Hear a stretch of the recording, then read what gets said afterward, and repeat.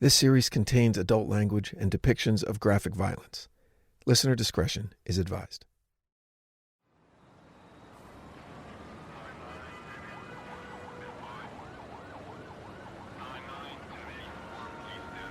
It comes down to reality, and it's fine with me because I've let it slide. Don't care if it's Chinatown or up on Riverside. I don't have any reasons. I've left them all behind. I'm in a New York state of mind. There are times in our history where circumstances conspire to deliver to the masses great and enduring acts of human achievement. Think of Abraham Lincoln. He was the right man at the right time, surrounded by a team that challenged and supported him in the great and bloody arena of the American Civil War. He was able to navigate a fractured nation through those darkest of times into the light of a limitless American future. Or the great artist Michelangelo Buonarroti, a singular talent, a creative genius, tortured by his own religious convictions, yet supported by the never-ending patronage of the Church of Rome. His arena was nothing less than the Renaissance, and he stood at the leading edge of artistic immortality. The right person in the right environment has proven throughout history to be the secret sauce when it comes to human achievement. But there's an opposing side to that coin, a dark and sinister side that, while terrifying and grotesque, is no less true. A gruesome story leads off our newscast. Milwaukee police found body parts in a North Side apartment, and now they wonder if they've uncovered some kind of death factory. Consider Jeffrey Dahmer, the madman who tortured, murdered, and cannibalized 17 young men over a 13-year period beginning in 1978.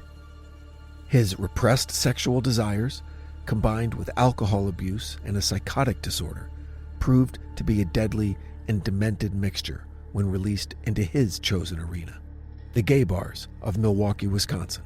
Police found parts of bodies, leading them to believe the man they arrested is a mass murderer. From our investigation, we feel that this individual strongly is involved in other homicides. The officers were stopped by an individual who claimed he was in the apartment and became engaged in a dispute with the owner of the apartment. A 31-year-old man was arrested at that apartment. The Milwaukee County Medical Examiner will release more details on this case this morning at 10 o'clock. But a police lieutenant tells us he suspects this case could get national attention and could be the most gruesome case we have seen in Milwaukee in years. Or Gary Ridgway, also known as the Green River Killer, a quiet and deliberate man who terrorized the Pacific Northwest for almost 20 years and took the lives of at least 49 young women. Called the Green River Killer, ever since the first bodies, 5 of them were pulled from this river. Since then, 7 more bodies have been discovered nearby, all those of young prostitutes, according to police. And the number of missing increases steadily. 2 were added to the list this week. Ridgway thrived in the arena known as the SeaTac Strip, a dirty, anonymous stretch of the Pacific Highway South on the outskirts of Seattle, known for prostitution. All the victims worked this strip near the Seattle airport, crammed with hotels, motels, and strip joints. Angry residents are demanding police do more to stop the killings. Police say the victims are similar: runaways, very young, disturbed. Most were strangled, their bodies left nude. A police task force has little hard evidence, but it thinks a single psychopathic killer is responsible. However, it would be illogical and improper from an investigative perspective to become that tunnel vision and exclude the possibility of any copycat crimes or the possibility of a multiple suspect. Police suspect other prostitutes might be able to provide leads, but because of their profession, they've been uncooperative. Carolyn Osorio is a veteran Seattle-based journalist and host of the podcast The Shadow Girls, which offers a comprehensive look at the Green River Killer and his victims.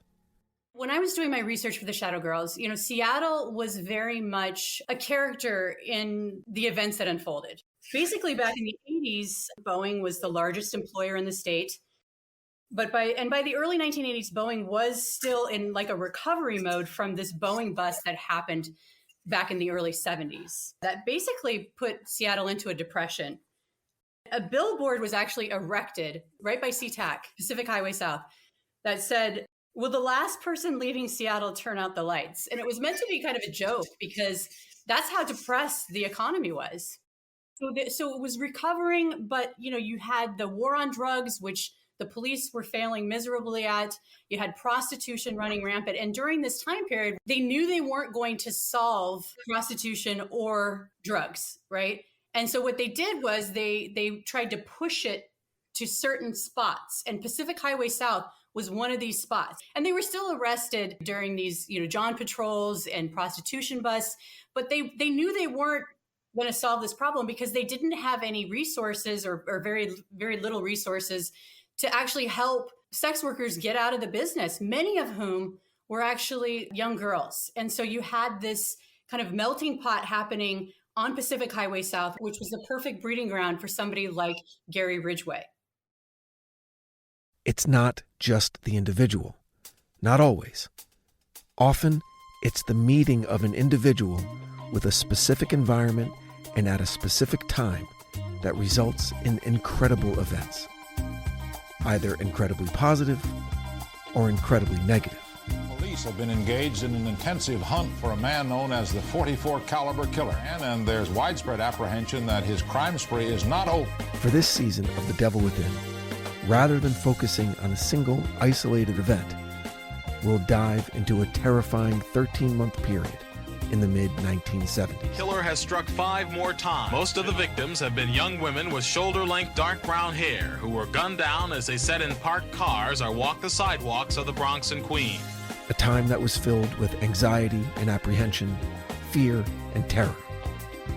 A time when one man was able to bring the greatest city in the world to its knees. They're really scared, and I mean when they're scared, that's all they do is talk about the killer. I won't walk home anymore in the dark. A manhunt intensified. A young couple was shot and wounded while sitting in a parked car.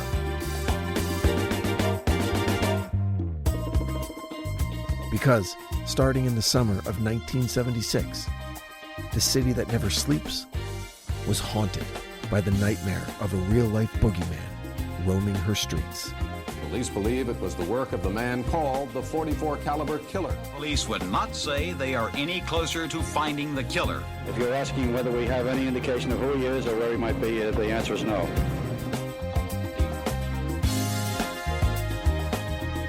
Welcome back to The Devil Within. This is the third installment, A Season in Hell. I'm your host, Brandon Morgan, and you're listening to Episode 1, New York State of Mind.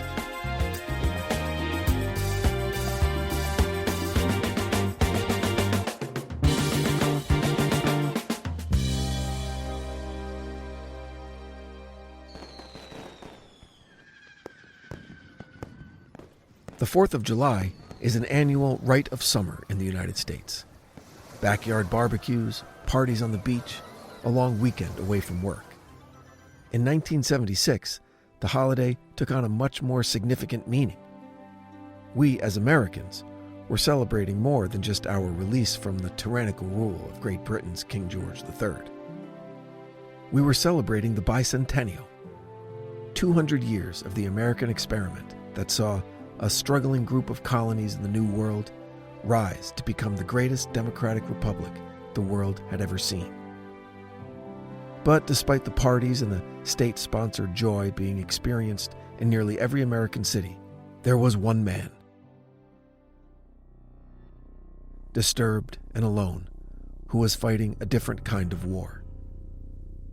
Not for freedom from oppression or the right to self-govern. His was a battle for his very soul. A battle that he would lose. New York City was a very different place in the mid to late 1970s. Different, that is, to the New York City of today. But it didn't happen overnight. The decay that would seem ubiquitous by 1976 began more than 2 decades earlier. After World War II, New York City experienced a massive surge in global prominence. The United Nations chose Manhattan for its headquarters. Wall Street became the dominant financial center of the Western world. The great artists of the abstract expressionist movement made New York City their home. And from 1949 through 1953, the New York Yankees would win 5 consecutive World Series titles. But the troubles had already begun. If you looked closely, you would have been able to detect a slow but steady exodus of New Yorkers, leaving the city for the suburbs of Connecticut, New Jersey, New York State, and Pennsylvania. The resulting loss of tax revenue, abandoned housing complexes, and lack of available workforce proved to be a recipe for disaster, or at worst, dystopia. In June of 1953, as the Bronx Bombers were barreling toward another championship, across the city in Brooklyn, a child was born. A child named Richard David Falco. That name may not be familiar to you, and for good reason. His birth name belonged to a man who was not his father, a revelation that would propel this child into eventual infamy. It was his adopted name that would become synonymous the world over with evil. But more on that in a minute. By the mid-1960s, the city basically came to a standstill with a series of labor strikes. Beginning with the transit strike that shut down subway and bus service, followed by the teachers' union strike, which closed the schools. And finally, in 1968, there was a massive sanitation strike that left mountains of garbage baking in the sun on the streets and sidewalks of New York. The NYPD didn't officially strike, but did engage in a, quote, slowdown, a practice where employees do their work less efficiently, on purpose, as a warning to management that a strike could be imminent.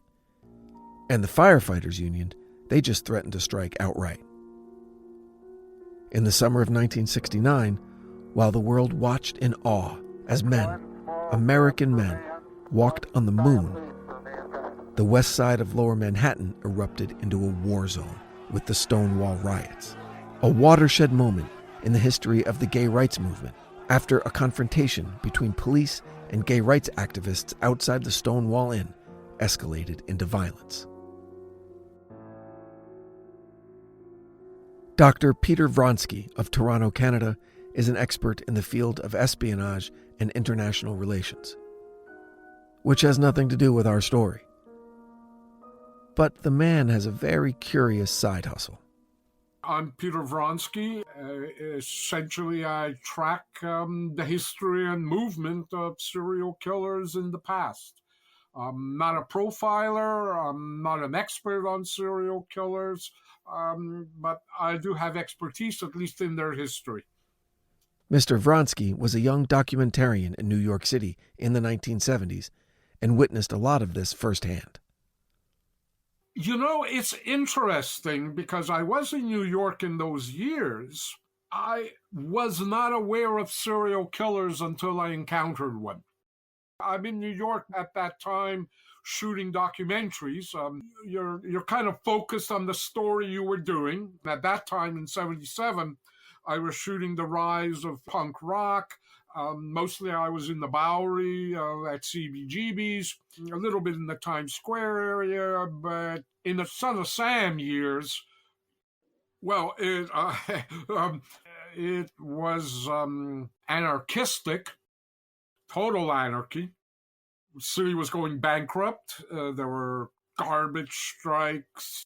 Police were underfunded. The fire department was underfunded. Welfare, everything was underfunded. I mean, paranoid crack era hadn't hit yet.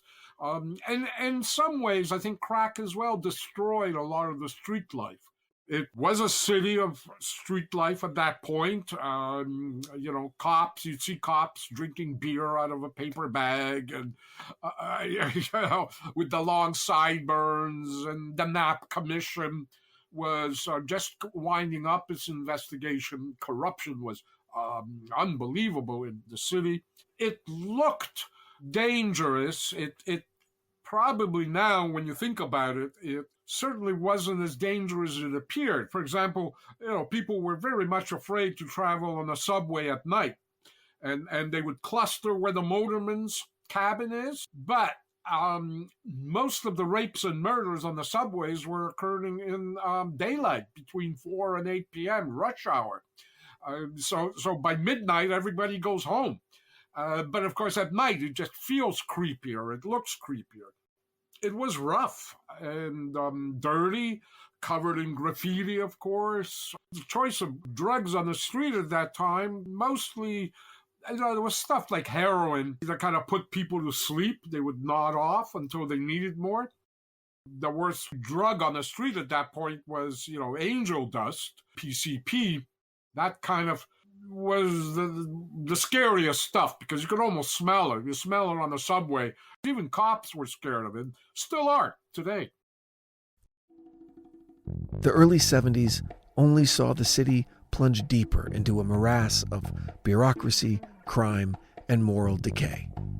In 1971, NYPD detective Frank Serpico exposed widespread corruption within the police department when he testified to the Knapp Commission. This was a staggering blow to an already embattled NYPD, and it would be years before public trust was restored. There were some bright spots, though. One of the main ones was the World Trade Center being completed in 1972 and officially became the tallest buildings on the planet, until the Sears Tower opened a year later. On a national level, things weren't much better. Public trust in our federal government had bottomed out with Richard Nixon and the Watergate scandal, which just happened to coincide with a global recession of 1973 that officially marked the end of the post-World War II economic expansion.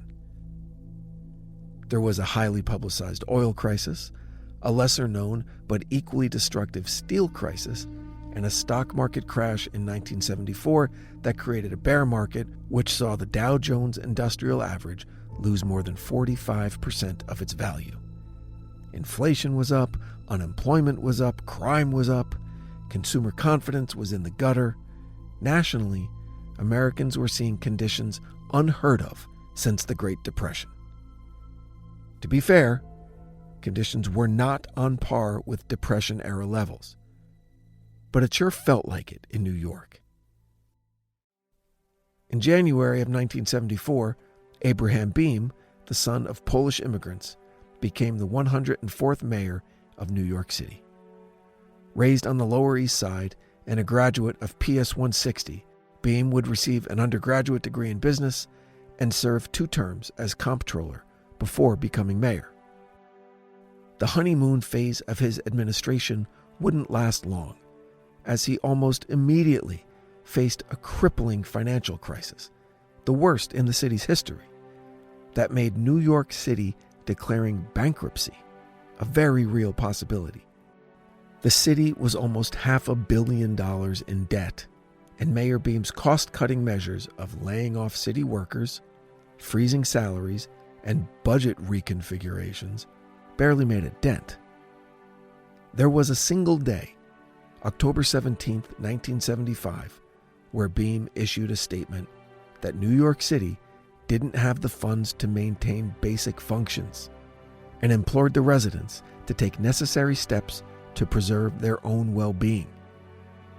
This was New York City, and not all that long ago. The mayor of the largest city in America basically told its citizens, "Hey, we're broke.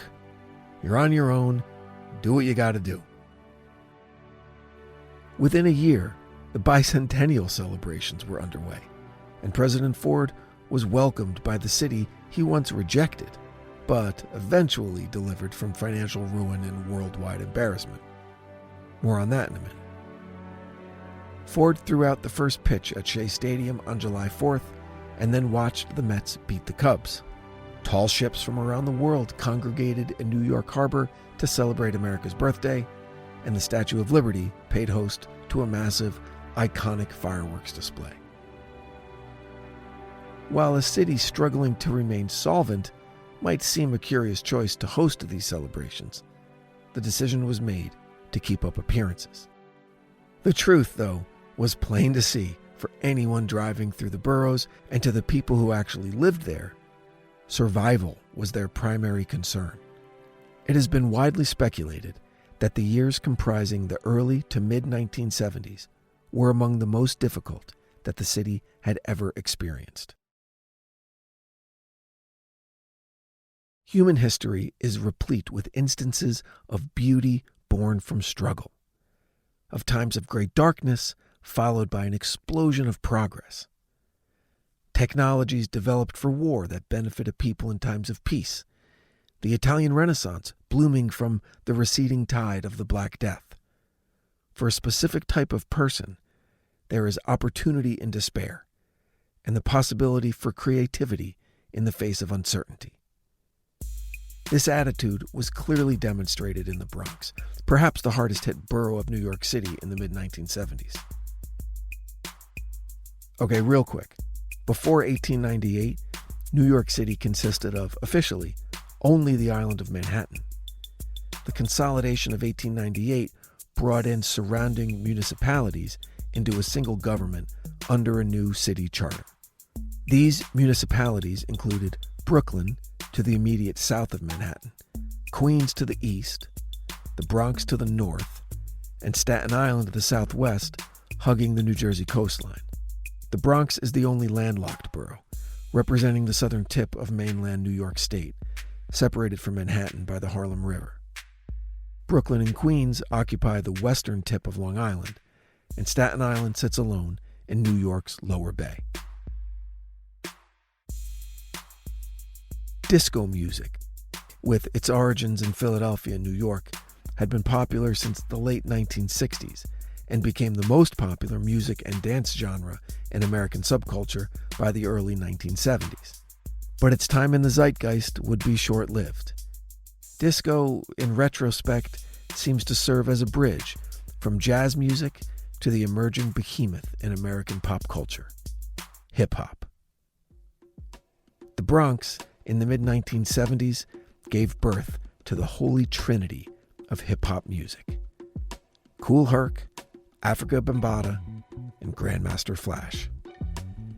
These groundbreaking artists would pave the way for the last truly American art form that, in a single generation, would redefine the cultural landscape and become a multi-billion-dollar-a-year industry. With beats inspired by the great jazz solos and lyrics that painted an honest picture of minority oppression, poverty, and defiance, while simultaneously celebrating African American culture. Hip-hop music struck a chord that spoke to the simmering anger and feelings of hopelessness shared by the residents of New York and the country as a whole. But not everyone took the same path as these talented young musical pioneers. Not everyone chose to use the widespread corruption, financial mismanagement, and decaying infrastructure as an inspiration to create art. At least one man chose a darker path. One man, living alone in an apartment just north of the city, succumbed to the whispering demons in his head and started planning a grisly crime spree that would take an already fractured city and break it over its knee.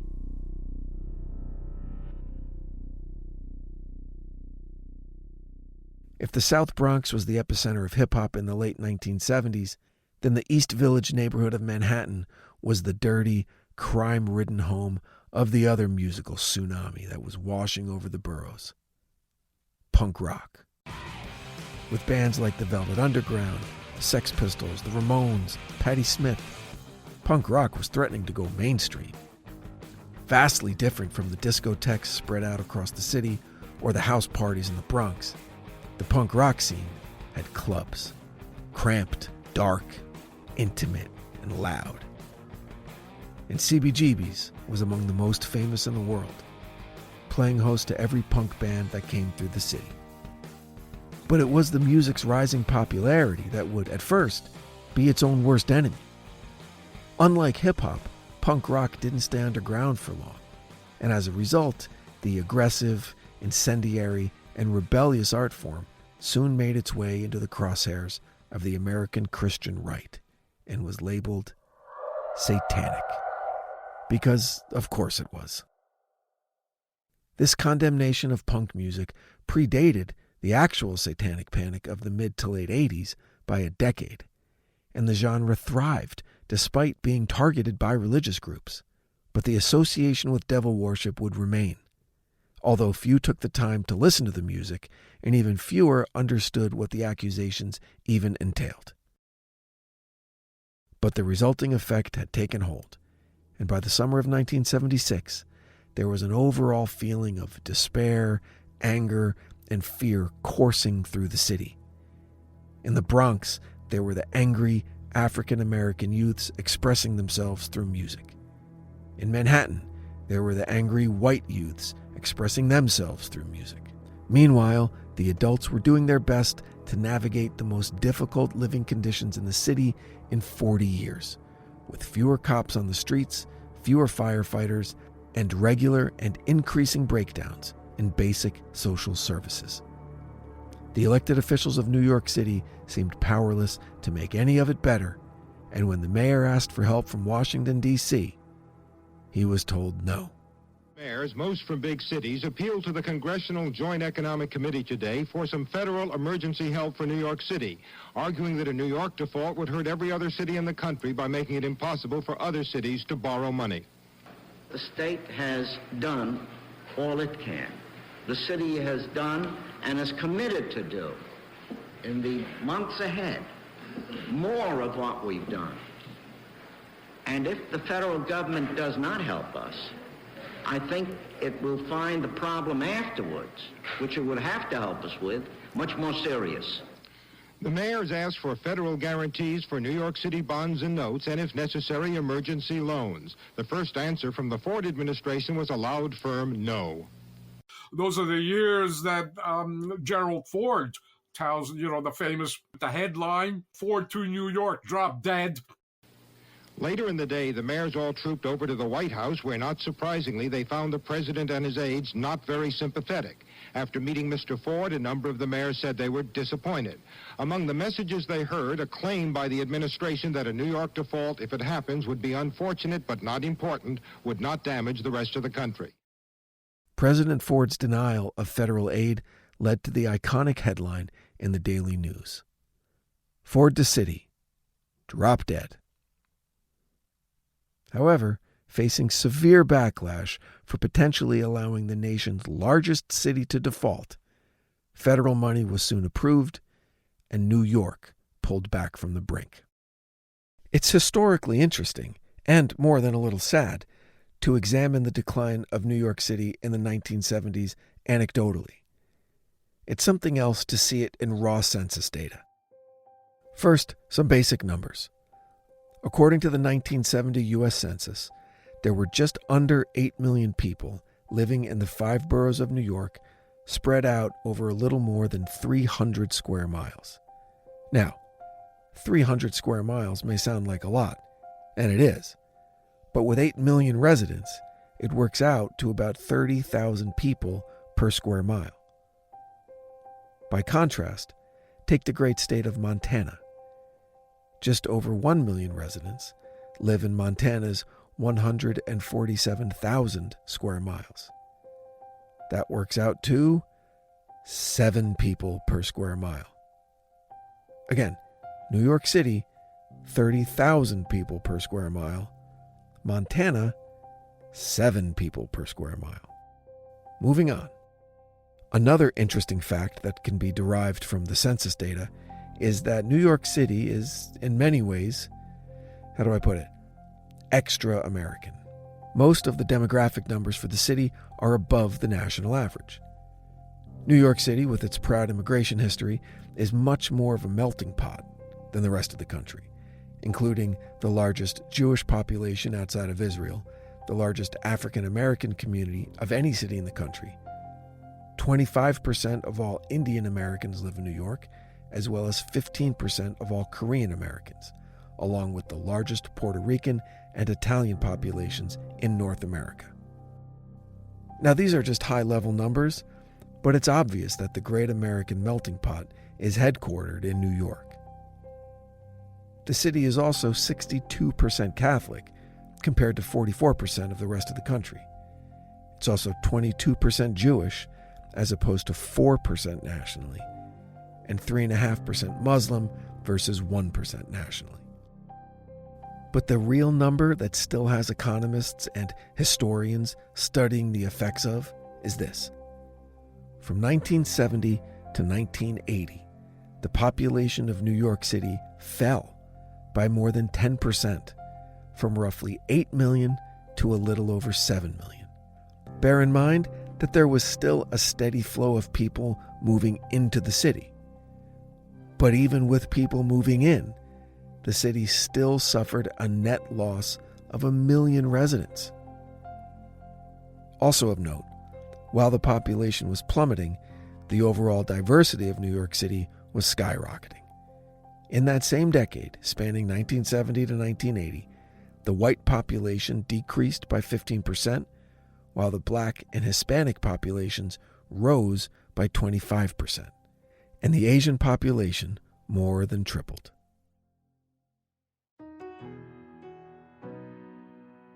Pelham Bay is a neighborhood on the east side of the Bronx, near the Hutchinson River that empties into Long Island Sound. Named for the nearby Pelham Bay Park that was created in 1888, the neighborhood is heavily Italian American, heavily Catholic, and traditionally among the safest neighborhoods in New York.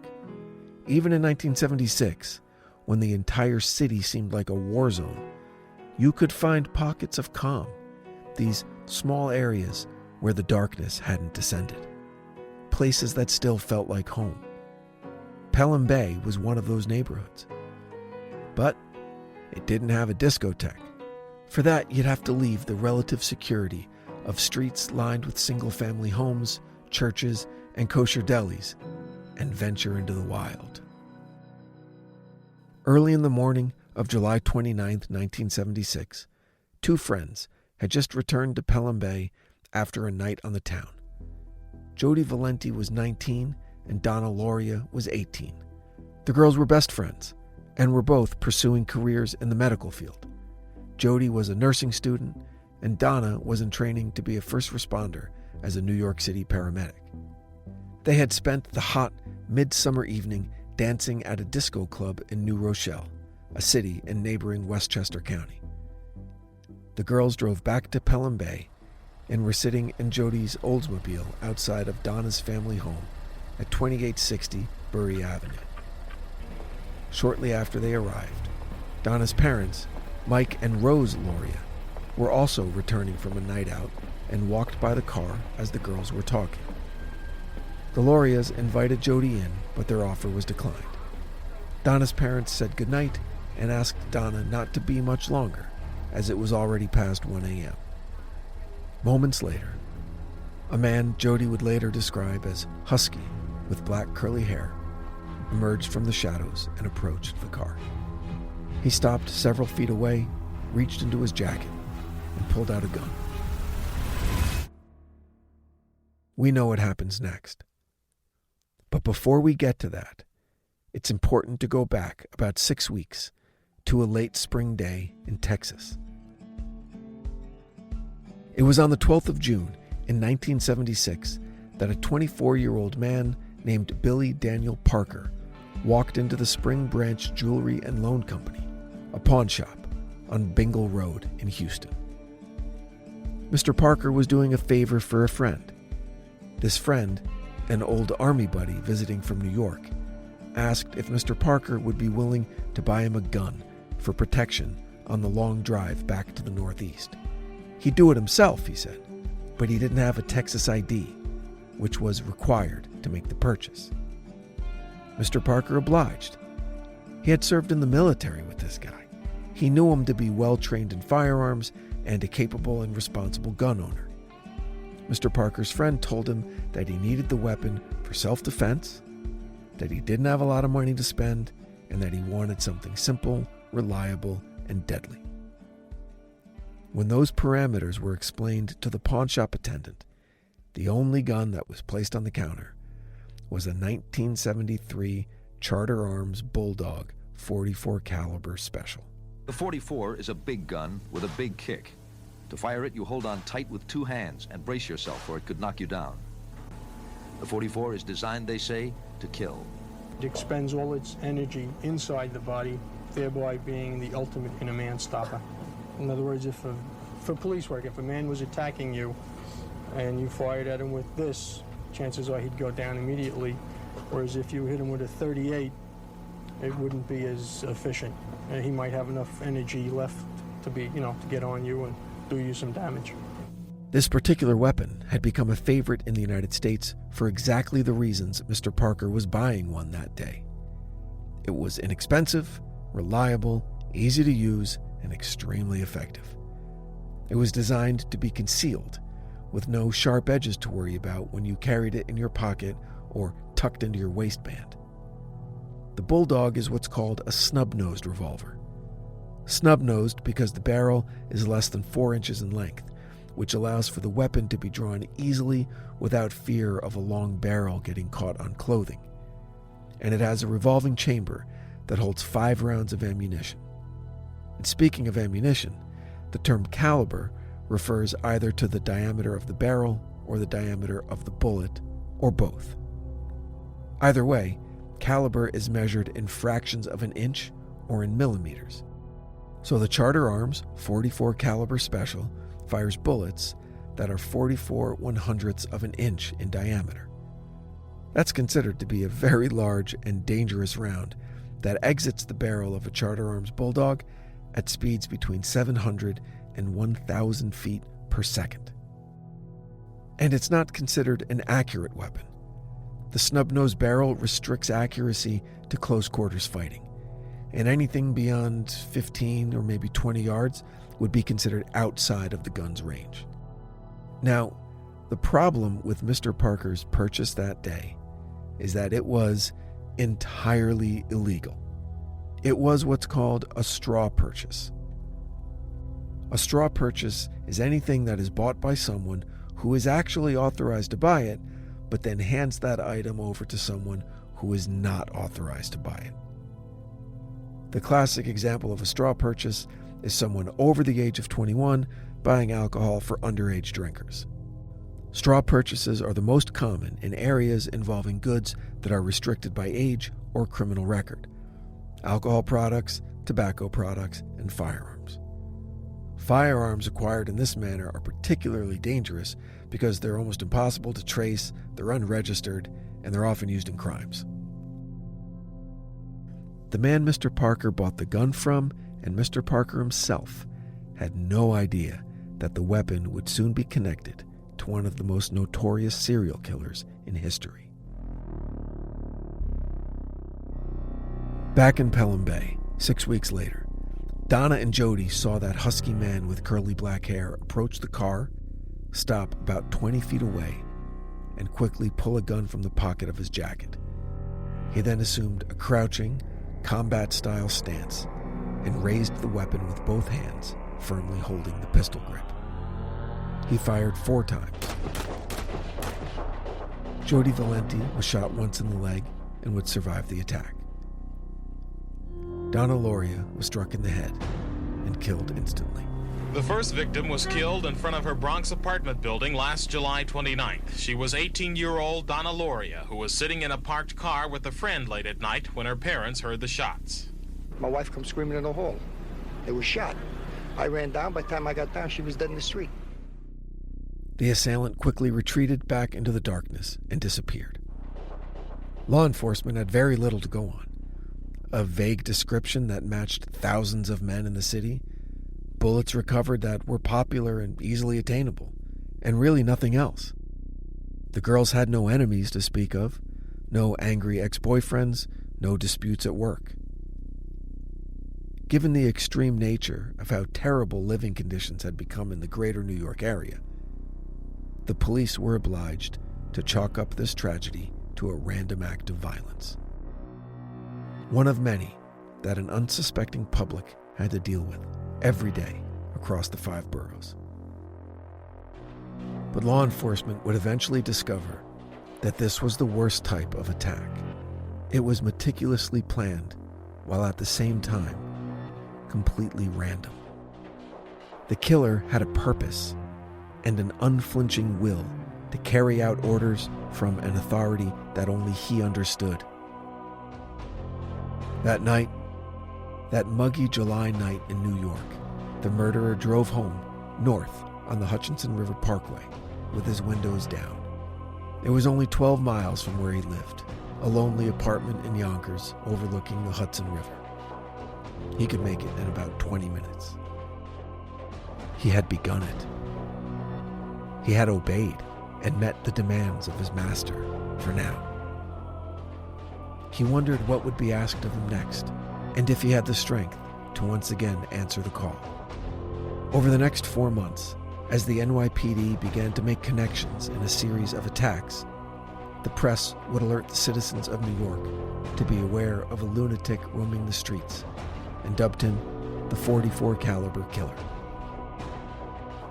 But long before that nickname would come to be synonymous with fear and violence, on this night in July of 1976, as the killer returned home, successful in the evening's hunt, he, and he alone, knew his true identity.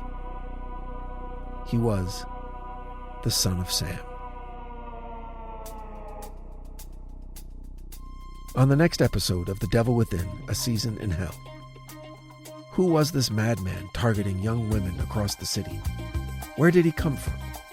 And what in his life could possibly have turned him into the monster that he became? That's next time on The Devil Within.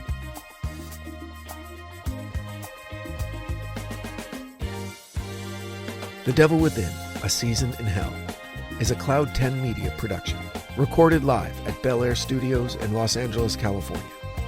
Written and produced by Brandon Morgan. Executive produced by Sim Sarna.